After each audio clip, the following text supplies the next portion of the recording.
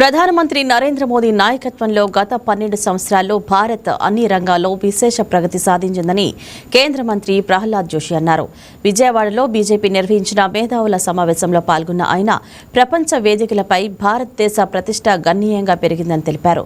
Digital India, make in India, ఆత్మ నిర్భర్ భారత్ వంటి కార్యక్రమాలతో దేశం స్వావలంబన దిశగా ముందుకు సాగుతుందన్నారు.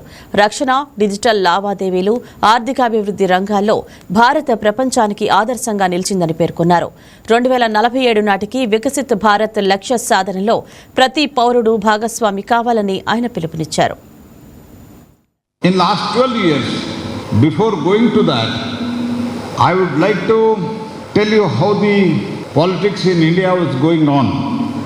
After 1947 independence, then Congress leader Pandit Jawaharlal Nehru took over as the Prime Minister of the country, and he continued almost for the nearly about 5 years, and 52 there was the first election.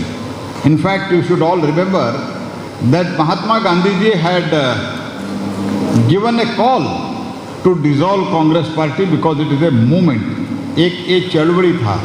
तो लेकिन कांग्रेस ने माना नहीं.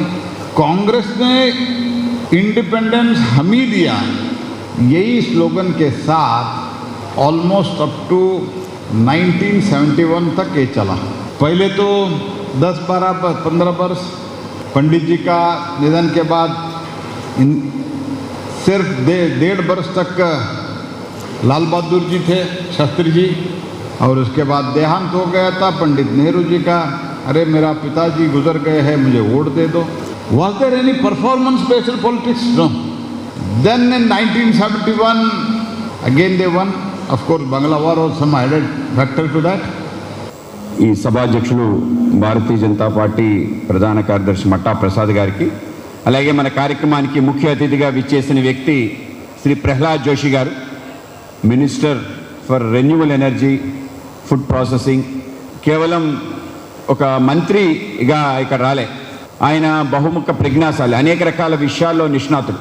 అప్రతిహతంగా ధార్వాడ్ యొక్క parliament నుంచి 5 సార్లు పార్లమెంట్కి ఎన్నిక కాబడ్డాడు.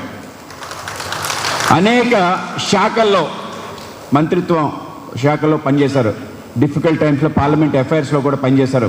మొత్తం ఫ్లోర్నంతా కూడా అందరినీ మెప్పించి ఒకే తాటిపై తీసుకొచ్చి అనేక రకాల ల్యాండ్ మార్క్ బిల్స్ ప్రవేశపెట్టడంలో, అందరి ఆమోదం పొందడంలో ఆయన ఆ విధంగా సిద్ధహస్తుడాడు. అలాగే ఒక్కటంటే ఒక మచ్చ నిష్కలంక చరిత్రుడు. ఆ విధంగా ధార్వాడ్ అలాగే హుబ్లీ ప్రాంతంలో ఆయనకు ఆ విధమైన ఒక ప్రాసెస్ ఉంది. అటువంటి ఒక నిష్కలంక, నిజాయితీ, నిఖార్సైన వ్యక్తి మన యొక్క ప్రహ్లాద్ జోషి గారు మన కార్యక్రమానికి ఆంధ్రప్రదేశ్లో 12 సంవత్సరాల కేంద్ర ప్రభుత్వం యొక్క నరేంద్ర మోడీ గారి ప్రస్తావన చెప్పడానికి ఆయన కన్నా గొప్ప వ్యక్తి లేదు. ఆయన 12 సంవత్సరాల పాటు యొక్క ప్రభుత్వంలో ఉన్నారు. 12 సంవత్సరాలు అన్ని రకాల మార్పులకి ఆయనే ప్రత్యక్ష సాక్షి, దాంట్లో పాలు పంచుకునే వ్యక్తి.